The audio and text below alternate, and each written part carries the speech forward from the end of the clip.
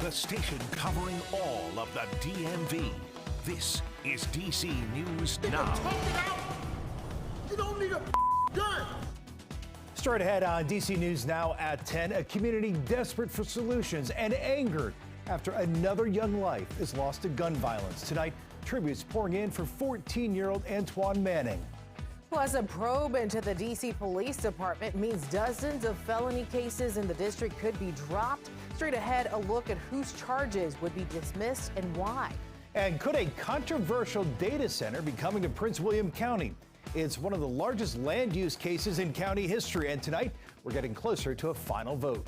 Hi, good evening, everyone. Hopefully your Tuesday was fantastic with sunshine finally reappearing across the district hour by hour. We're going to continue to watch all the clearing across the area, but what to expect for the rest of the week? Hey, we'll look at that forecast coming up. Good evening. Thanks for joining us for DC News Now at 10. I'm Chris Flanagan. And I'm Annalisa Gale filling in for Thasmin Mahfouz. Tonight, family and friends are remembering a 14-year-old boy shot and killed in Southeast D.C. Antoine Manning was gunned down on Bernie Place Southeast just before 9 last night. And so far, no arrests have been made, but the tragedy certainly has community shaken up. Something need to be done with this neighborhood. It's getting out of hand. Our Dave Laval joins us live now from the 7th District near the site of that deadly shooting. And Dave, Antoine Manning is now the 16th child killed in the district this year, and police have not yet released any leads in this case. Well, Chris, Annalisa, none that they have shared up to this point, although they are offering a cash reward for information leading to the arrest of those responsible. Police told us Antoine Manning survived an October 9th shooting in the same area. And now, tragically, he's the latest young life taken by gun violence. More tributes and memorials to Antoine Manning gather in front of his apartment building on Bernie Place Southeast.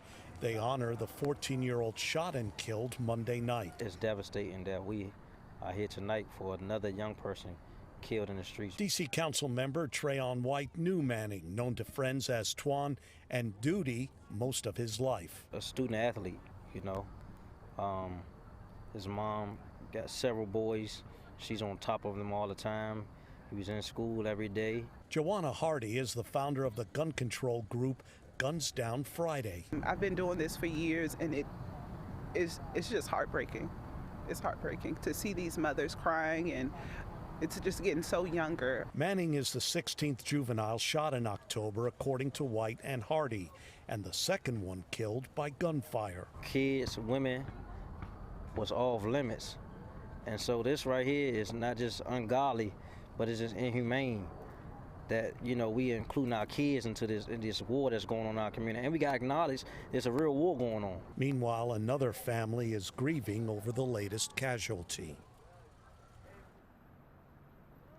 We've been told a vigil will take place Thursday night at 6:30 at the Watkins Elementary School football field where Antoine Manning played. We're live in Southeast. Dave Laval, DC News Now. And developing tonight, the U.S. Attorney's Office says it will likely drop dozens of felony cases in the district after accusations of officer misconduct. Our Mariel Carbone live tonight for us at police headquarters. And Mariel, you first told us about allegations of misconduct back in September. That's right. That's when the police chief first spoke to reporters after launching that internal affairs investigation into several police officers. Now, questions from that investigation is why several criminal cases are now on the line. Nearly 1 month from the day, Police Chief Robert Conti said this. We have some members who didn't do their job in these instances. The U.S. Attorney's Office announced dozens of felony cases are now in jeopardy. I'm disappointed. In September, Conti announced 7 officers were put on administrative leave after body camera footage showed officers confiscating illegal guns, but not making any arrests. That sparked an internal affairs investigation, all of it taking place in District 7. That does not make communities safer when we allow people, in some instances, potentially armed felons, to go on about their business and just recover the firearm. In a statement, a spokesperson for the U.S. Attorney's Office says, when our office learned of the 7D crime suppression team investigation, we began a case-specific assessment of impacted pending cases. Our review is ongoing, but at this point, we expect to dismiss dozens of gun and drug possession cases. It'll consider several factors before dismissing a case, including burden of proof and likelihood of a successful trial. Still, the chairman of the police union, Greg Pemberton, is criticizing this decision. He says the U.S. Attorney's Office already reviewed the body camera footage and decided to press charges in these cases, meaning it saw no issues in the footage. In a statement, Pemberton accuses the office of not wanting to prosecute criminals and says this will undoubtedly cause more criminals to be released into the community and probably result in more violence. And a spokesperson for MPD tells me that the department does not comment on ongoing cases like this, but just last night, Chief Conti said once again how big of an issue illegal guns are here in the district. He made that comment after another teenager was killed. Reporting live from police headquarters tonight, I'm Marielle Carbone, DC News Now. All right, let's get a first check on the forecast, and you could not have asked for a better start to the month of November. For sure. I definitely have to try to get outside and run, Janessa. Yeah, it's the first of the month, and you know, exactly right. You know, if you're a runner, if you want to be outside, this is the ideal time. Normally, you know, Annalisa, we're on the treadmill at this time, and we're talking cooler temperatures because it's so frigid outside, and we're actually above average for this time of year, nearly 15 degrees above average, and as we go into the rest of the week, we do have a few spots that are going to be 20 degrees above what they should be for this time of year. 76 for an official high for today. But then as you traveled about 40 miles down towards Waldorf, Culver, Charles County, upper 50s. And so a big time inversion microclimate situation happening to our west. Very comfortable air, milder air will continue to be in place. I know the dense fog, it was an issue this morning. I do want to watch it coming in for the higher terrain of West Virginia for tonight, and then an onshore flow for Lexington Park, Waldorf, Annapolis area. Potential advisory is going to go into place across this section of the region. Right now, it's a perfect 10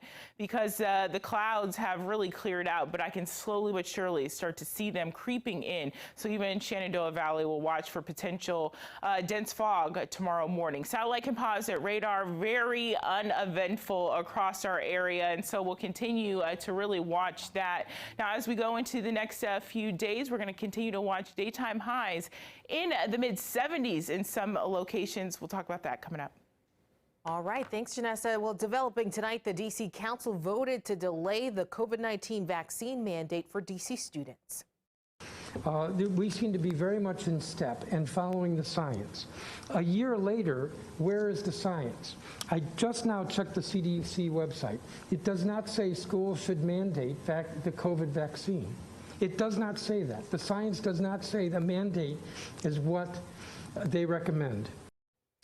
Now, the mandate was set to take effect at the beginning of this school year. Then it was pushed back to January 3rd. Today's vote now means the requirement won't take effect until the fall of 2023. District leaders saying this extension will give students more time to get the shot, and it will give parents time to look into the merits of the vaccine.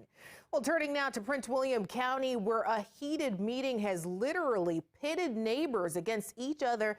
It's happening now at the Board of Supervisors meeting. Yeah, it's become such a hot button issue. There are actually police officers guiding traffic outside that meeting. Northern Virginia Bureau reporter Max Marcilla is live for us now at the Government Center. Max, what can you tell us? Well, I can tell you that if you want to speak to the Board of Supervisors, well, you have time to come out. There's 250 people signed up to speak, more than that, here in person.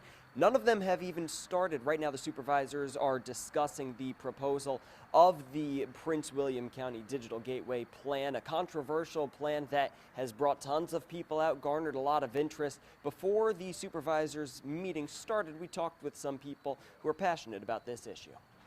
The Prince William County Board of Supervisors is in front of a packed house, both in the chambers and a crowd watching outside. On the docket, whether to rezone 2,100 acres of land in Gainesville for 27 million square feet of data centers, sites that hold the physical aspects of computer systems. Data centers have been at the center of protests in Prince William County and even a recall effort of the board's chair, Ann Wheeler. Before the meeting, we spoke with people on both sides of the issue. Proponents say it can be an economic boom and offer a relief to taxes people who live in Prince William County will have to pay. It's essential for them to keep pace with anybody else in the Northern Virginia area. Unfortunately, Prince William has lagged behind a bit because they just don't have the commercial base. They've been relying on residential properties, and that's just not sustainable. Opponents are critical of potential environmental damages and the impact data centers could have on nearby historic sites, including the Manassas National Battlefield Park and cemeteries. This blows a hole the size of the city of Manassas in the Rural Crescent, right? It permanently destroys our rural area in the county, and it's needless. We already have an area of 4 data centers that hasn't been filled. They're still building, and so we're already good on that front, and we need to preserve the rural segment of our county. Now, so far tonight, county supervisors briefed by staff about some of the changes to the plan passed by the Planning Commission. Some of them include making sure that noise coming from the data centers, as well as any negative environmental impacts, those could be addressed. But at this hour, before the public has spoken, still unclear the level of support for this project the Board of Supervisors has. Reporting live from Prince William County, Max Marcella, DC News Now. All right, Max, thanks for staying on top of that. Tonight, we're learning more about the 3 people who police say led them on a chase before crashing into a Metro bus. And cutting the cost for college, how Maryland is helping students get a head start. And weather-wise, we're still tracking a good amount of sunshine, but our daytime highs, they're going to continue to soar, upper 60s, and a big glimpse of your overnight lows. Lose the heater. We're back in the 50s in many spots. I'll have your extended forecast coming up.